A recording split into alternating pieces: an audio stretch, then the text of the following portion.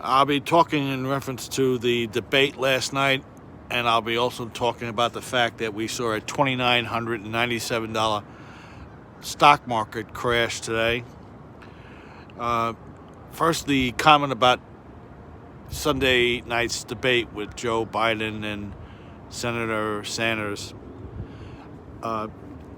Joe Biden's lack of interest in the single-payer healthcare movement was on clear demonstration when he brought up the subject of Italy's inability to address the pandemic as an indication that single-payer healthcare system being in place wouldn't help the effective addressing of a oncoming pandemic.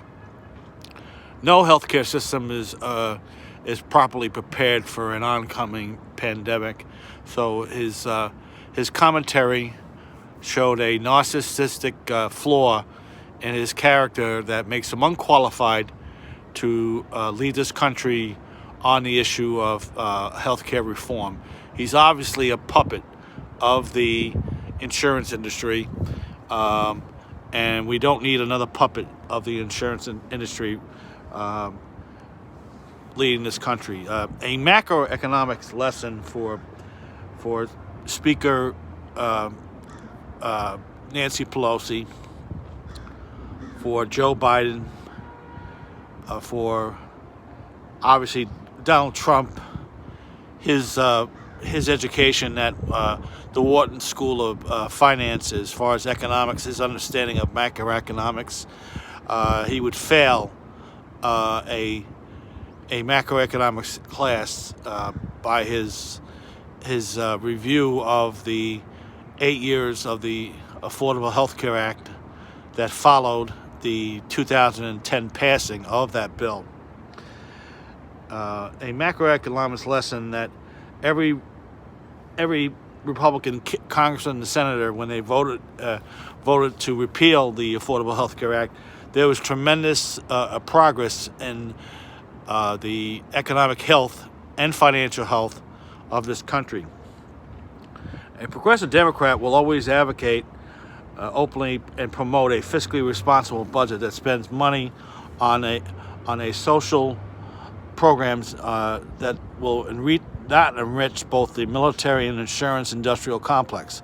Allowing more than 6,000 lobbyists to continue to dictate both foreign policy and domestic policy has happened because of the Citizens United decision. Every congressional candidate needs to highlight this issue at every single speaking engagement.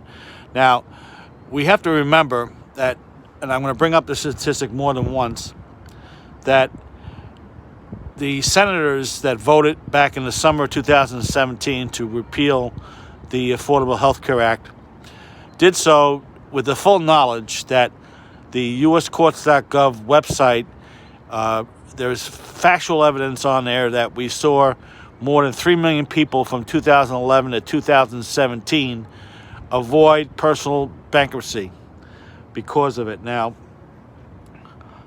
the website data on uscourts.gov compiles data that 62% of all personal bankruptcies are caused by a person's inability to pay for their health care costs.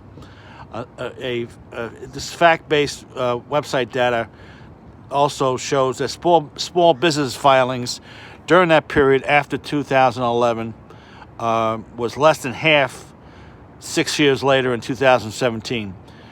Every Republican candidate that's ever run for president since 2012 claimed that the Affordable Health Care Act needed to be repealed because it was hurting small business.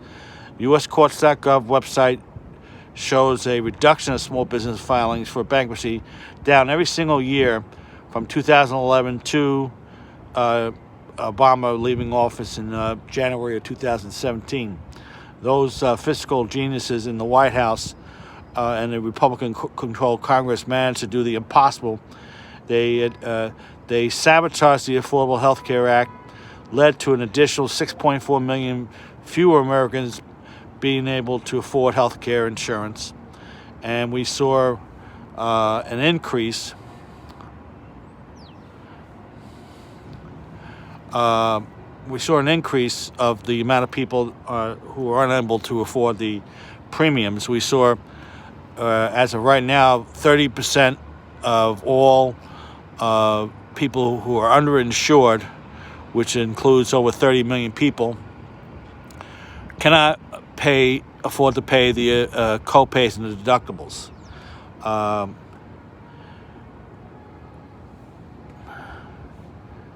The macroeconomics lesson that I'm discussing cannot be disputed. It has a very positive effect on the United States economy. Having clear understanding of macroeconomics makes it easier to understand just how positive an effect on the economy the Affordable Health Care Act, passed in March of 2000, had. You need to visit both uscourts.gov and BLS, which is the Bureau of Labor Statistics.gov, to expose the Republican alternative facts and political spin that are flat-out falsehoods. The fiscal year of 2010 saw more than 1.6 million people filing for bankruptcy.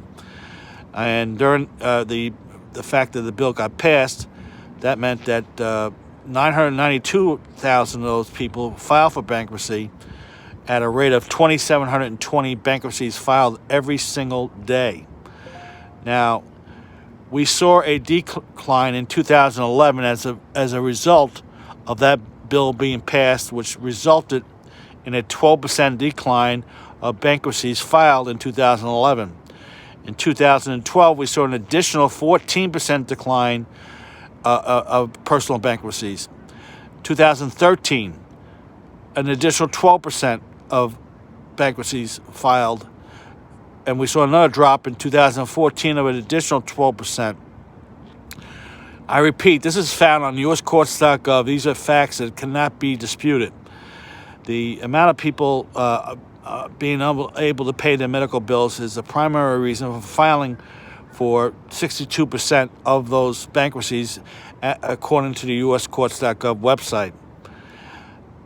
Even, the minority leader, Kevin McCartney, doesn't realize this is the fact. If he was able to take back control if Republicans were able to take back control of the Congress, they would without doubt attempt to do that again. They don't care. They care more about their insurance company donors than they do the people that they represent in the district. That's obvious. Now, continuing to allow the insurance industry to manage health care is not only fiscally irresponsible. This is something Vice President Joe Biden, doesn't quite understand. It ends up creating a situation where people die because they simply wait to address a medical condition that requires a visit to the emergency room for proper medical treatment. This healthcare crisis would not be what it is today if we found the ability to nominate Senator Bernie Sanders in 2016, because there's the lack of voter turnout in states like Michigan, Wisconsin, Pennsylvania, states that Bernie Sanders won in the primary. The suppression of the vote was because of a poor healthcare platform on the Democratic Party.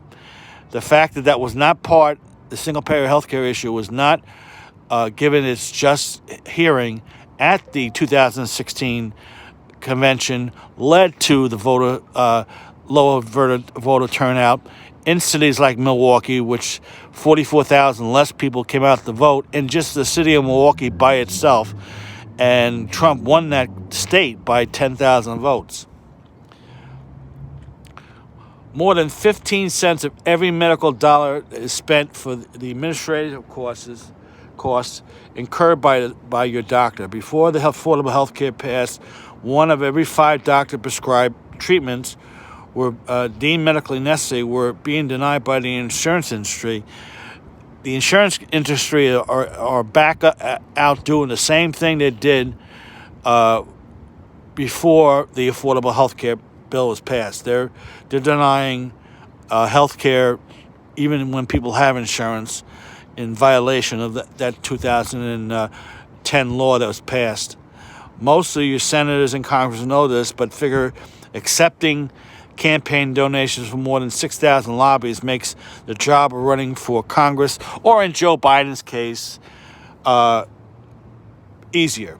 The fact he said that prior to him winning the primary, he was not attracting a lot of money for his candidacy only meant that the candidates that were running against him, that were claiming to be for single-payer health care, were accepting donations from the insurance companies.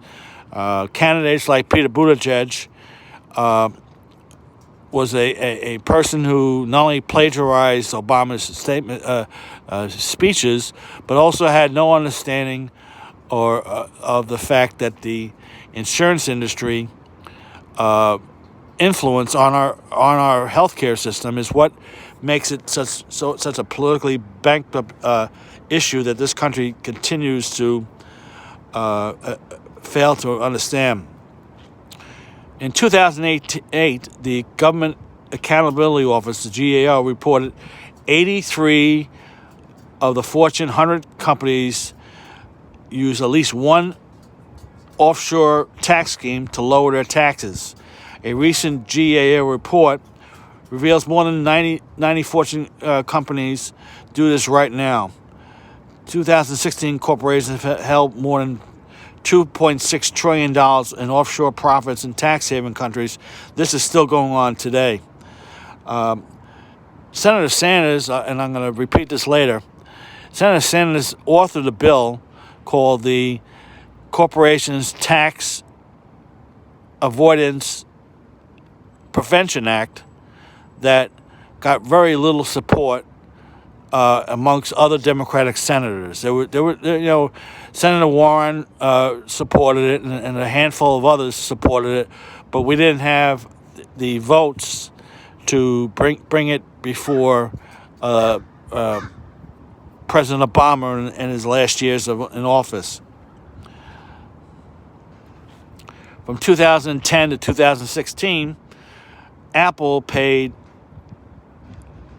nothing in taxes because they parked their $60 billion in profits in offshore accounts. Allowing this to continue is against the financial interests of this country. Back in 1955, corporations were responsible for paying into the Treasury. 33% of all money coming into the Treasury came from corporations' tax dollars. This is not including the payroll taxes. That's a separate statistic to consider. But today, that number is less than 9% of the money that comes into the Treasury is coming from corporate tax dollars that are come in into the Treasury.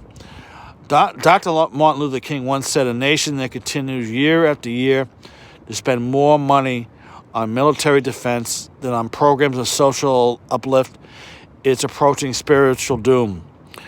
That was when that statement was made during the height of the Vietnam War, and at that time was only 47 cents of every dollar was being spent on the military.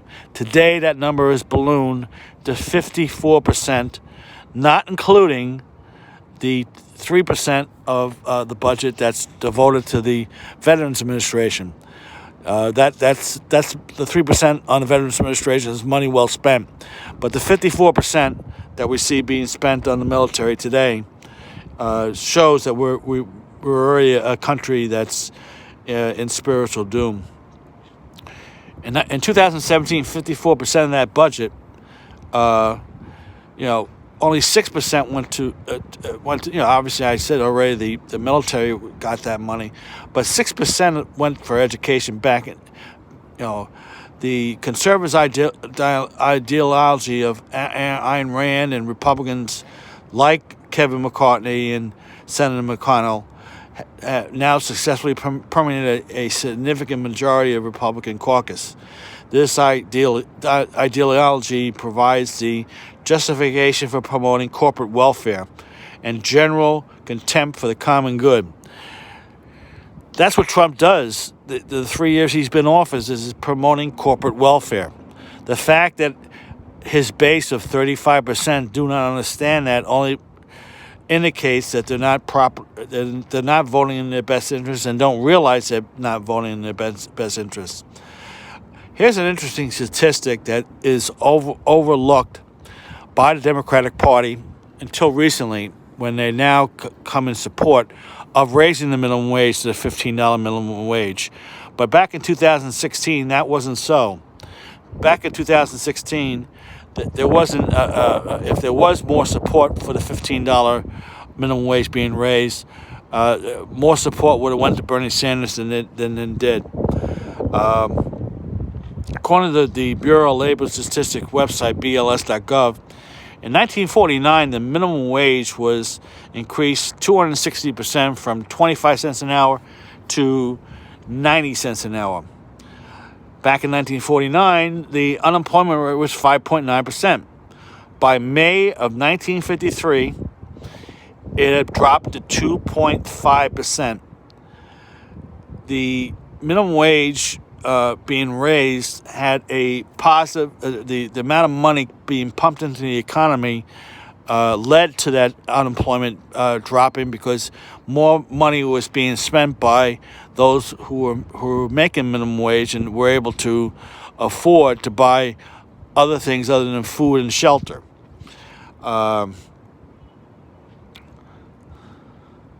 Obviously, your Republican congressman or senator are either mathematically challenged or intellectually dishonest if they don't understand that increasing the income made by the minimum wage workers gets spent and will result in more manufactured goods having been produced. This is a basic principle of macroeconomics. Our government spends more on our military than the 7 largest countries combined. And you take the top 20, and we're still outspending the top 20 industrialized countries many years in the past. The rich corporations get their tax benefits and subsidies of an average of $2.3 billion a day as of back in 2016. This is the military-industrial complex and the insurance lobby and the families of the Koch brothers and the Walmart family currently dictate public policy.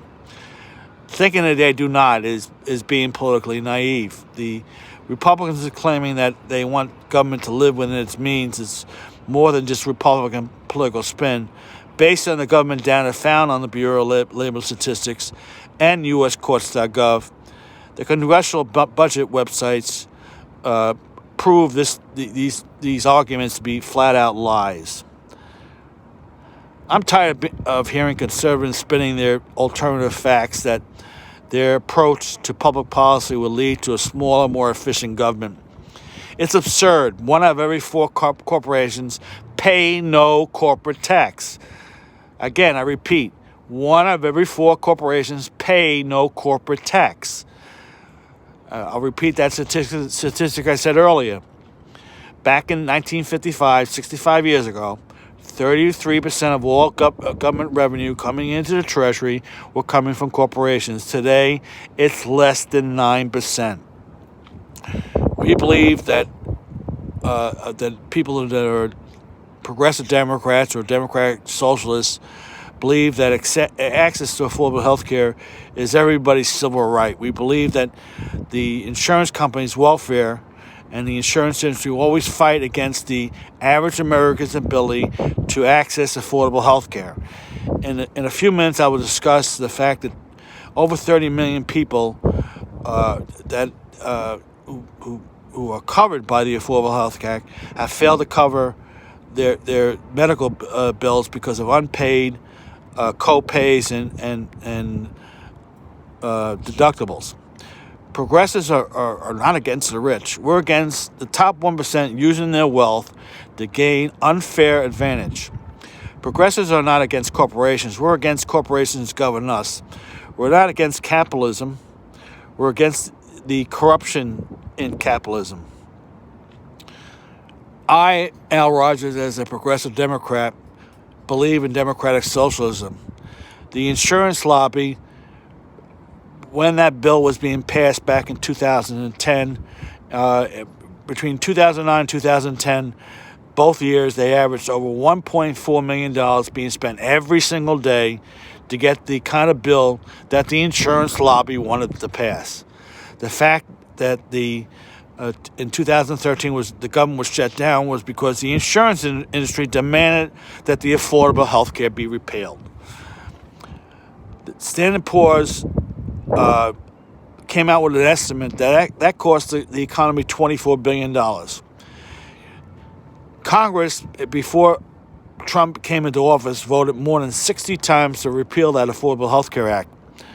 And like I said earlier, in 2017, Senators Cory Gardner, Joni Ernest, Tom Tillis, Martha McSally of Arizona, all voted to repeal that act, knowing full well that from 2011 to 2017, the Affordable Health Care Act helped more than 3 million people avoid personal bankruptcy. They're puppets of the insurance industry. Only politically naive or intellectually dishonest people believe otherwise.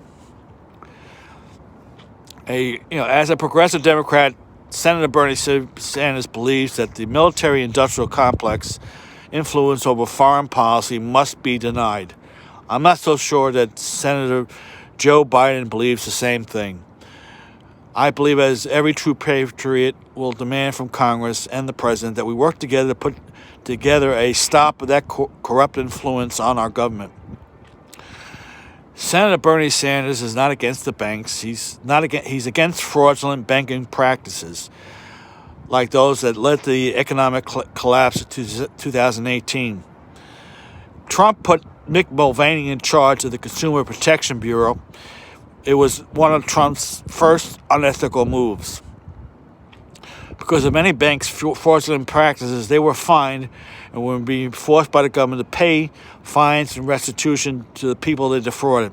Mick Mulvaney, the former head of Office Management Budget and the one in charge of put in charge of the Consumer Protection Bureau, went on a mission to block the Consumer Financial Protection Bureau's obligation to compensate consumers from the class action lawsuits against the banks that committed fraud. Much of that continues today. This is one of Trump's most corrupt acts since becoming elected president. Calling any Republican fiscally conservative is an oxymoron. The fact is, Republicans choose to be intellectually dishonest, allowing corporations to dictate rather than advise public policy in a significant minority of cases, causing more public dollars to be spent on being fiscally irresponsible. The Trump Care that was designed by a fiscally irresponsible Republican party spent an additional $33 billion to cover 8.9 million fewer Americans. Those intellectually dishonest fiscal geniuses in the White House sabotaged the Affordable Health Care Act that led to an additional 8.9 million people not being able to afford the premium increases that we saw. These figures come from the Urban Institute, which released in April of 2018 the first estimate of the impact of the two GOP initiatives. The elimination of the individual mandate, which is an offshoot of the GOP tax cut that was signed by President Trump in 2018 in December. The reduced penalty for not carrying insurance to zero came in effective in 2019. And according to the Urban Institute, this will result in more and more people having higher rates of insurance because the pool will generally go to the 12.5% of the non-elderly population. Now, what I want to remind people is the premium increase is due to the fact that they cut that mandatory being a part of the Affordable Health Care Act by people. People pay taxes already. They pay for their local police officers, teachers, and expenses of running public hospitals, clinics, various government services. The single-payer health care tax would be used to pay for your health care costs. No more co-pays, no more deductibles will be a great benefit. Citizens have essential Medicare and Medicaid that essentially we already have a single-payer healthcare system. You just have to be disabled or financially unable to afford your health care to qualify for the Medicare and Medicaid in your state.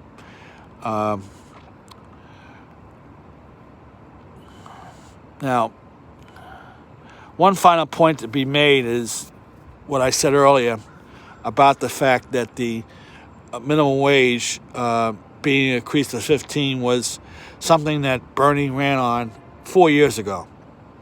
Now it's passed in the House, and McConnell refuses to bring it up because McConnell, again, is owned by the insurance and pharmaceutical complex and the campaign donors like the Koch brothers and the Walmart family.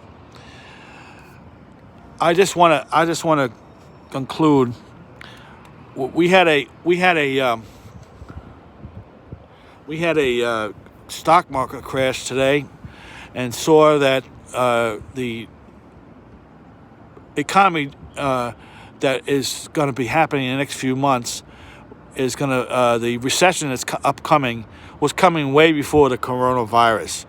It just got sped up by Trump's indecision to address the issue in January of 2020.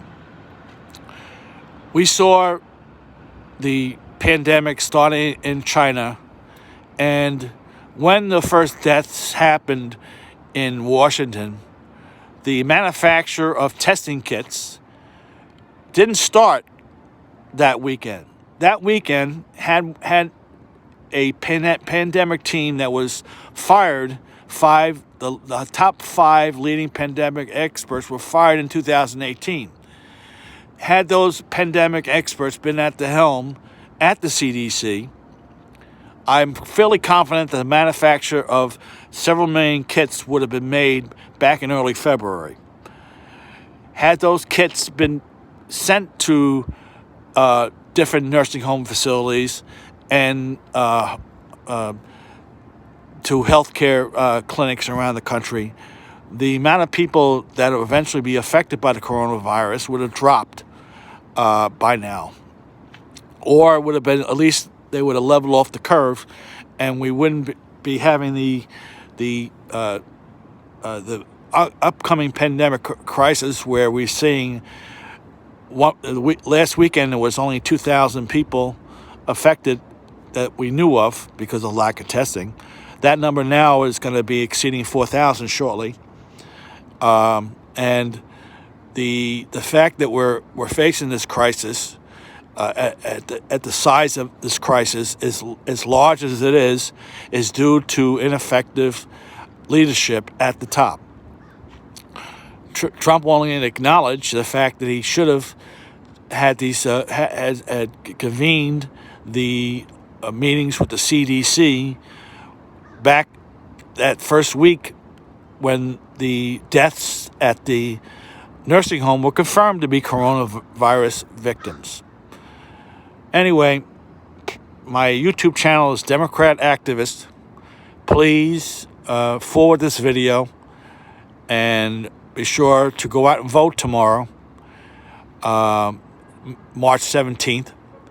A vote for Senator Bernie Sanders is a vote for a more positive direction in the healthcare issues of this country. Also, Senator Biden showed his lack of understanding of the green energy bill that Senator Sanders currently supports. Any case, his lack of respect for the healthcare issue was demonstrated clearly on that debate stage at CNN in D.C. just this past Sunday. I've been with Healthcare Now, I'm proud to say, since 2009. Healthcare Now leaders Kevin Zeese and Margaret Flowers are people that have been in this fight way longer than I have. I've been in the healthcare movement since 2004 when I met Congressman Dennis Kucinich. If you want to email me at democrat.activist@gmail.com with your comments, I would appreciate that. My Facebook page, Progressive Communication Network, is a page with 32,000 followers. You can also like that page. Again, this is Al Rogers from Healthcare Now and Progressive Democrats Promise to America, signing off today. Have a great evening. And a final view of Arlington, Virginia, which is off in the distance. Ooh, I got to turn that around, don't I? All right. That's Arlington, Virginia, off to the left. And that's 20th Street going north. And that's the end of this video.